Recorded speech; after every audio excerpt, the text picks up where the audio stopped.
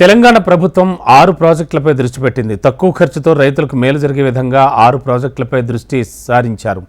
రాష్ట్రంలో అసంపూర్తిగా ఉన్న పలు సాగునీటి ప్రాజెక్టులను వీలైనంత త్వరగా వినియోగంలోకి తేవాలని ప్రభుత్వం భావిస్తోంది. గత ప్రభుత్వం నిర్లక్ష్యంగా వదిలేసిన సాగునీటి ప్రాజెక్టులను రైతులకు అందుబాటులోకి తీసుకురావాలని రేవంత్ సర్కారు యోచిస్తోంది.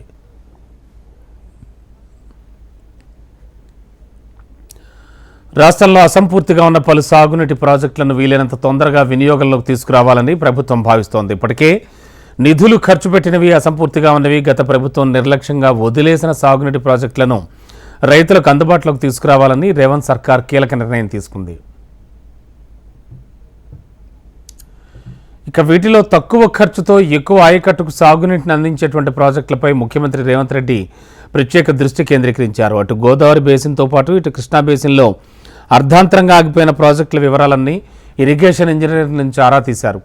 రైతులకు సాగునీటిని అందించాలంటే ఆయకట్టు భూములకు నీళ్లను పారించే డిస్ట్రిబ్యూటరీ వ్యవస్థలపై ప్రత్యేక దృష్టి పెట్టాలని సీఎం అధికారులను ఆదేశించారు.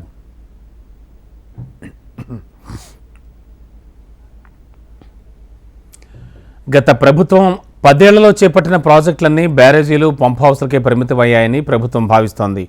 భారీగా అప్పులు తెచ్చి కాళేశ్వరం ఎత్తిపోతల ప్రాజెక్టు నిర్మించడం తప్ప మెయిన్ కాల్వలు, డిస్ట్రిబ్యూటరీలు, ఆయకట్టుకు నీటిని అందించే కాల్వలు నిర్మించకుండానే వదిలేసిందన్నారు. అదే తరహాలో గత ప్రభుత్వం చేపట్టిన చాలా ప్రాజెక్టులు అసంపూర్తిగా మిగిలిపోయాయని రేవంత్ రెడ్డి విమర్శించారు. ఇటీవల పలు దఫాలుగా ఈ ప్రాజెక్టులపై చర్చించిన ముఖ్యమంత్రి తక్కువ ఖర్చుతో పూర్తయ్యే ప్రాజెక్టులు, వీలైనంత తొందరగా సాగునీటిని అందించేందుకు వీలున్న ప్రాజెక్టులను చేపడితే రైతులకు మేలు జరుగుతుందని, అందుకు అవసరమైన అంచనాలు సిద్ధం చేయాలని అధికారులకు సూచించారు.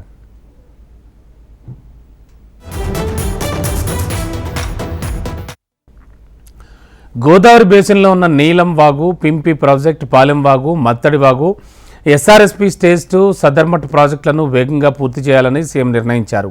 ఈ ప్రాజెక్టులకు సంబంధించిన పనులు పూర్తి చేసేందుకు దాదాపు 241 కోట్లు ఖర్చవుతాయని, వీటి ద్వారా 48,000 ఎకరాల ఆయకట్టుకు నీరు అందుతుందని నీటిపారుదల శాఖ అంచనా వేసింది. తక్కువ నిధులతో పూర్తయ్యే ప్రాజెక్టులను వీలైనంత తొందరగా పూర్తి చేయాలని, మార్చి 2025 నాటికి 100% పనులు పూర్తవ్వాలని అధికారులకు తేల్చెప్పారు. ఇందుకోసం సమగ్ర ప్రణాళిక తయారు చేయాలని, రైతులకు సాగునీరు అందించాలంటే ఆయకట్టు భూములకు నీళ్లు పారించే డిస్ట్రిబ్యూటరీ వ్యవస్థలపై కూడా ప్రత్యేక దృష్టి పెట్టాలని సీఎం సూచించారు.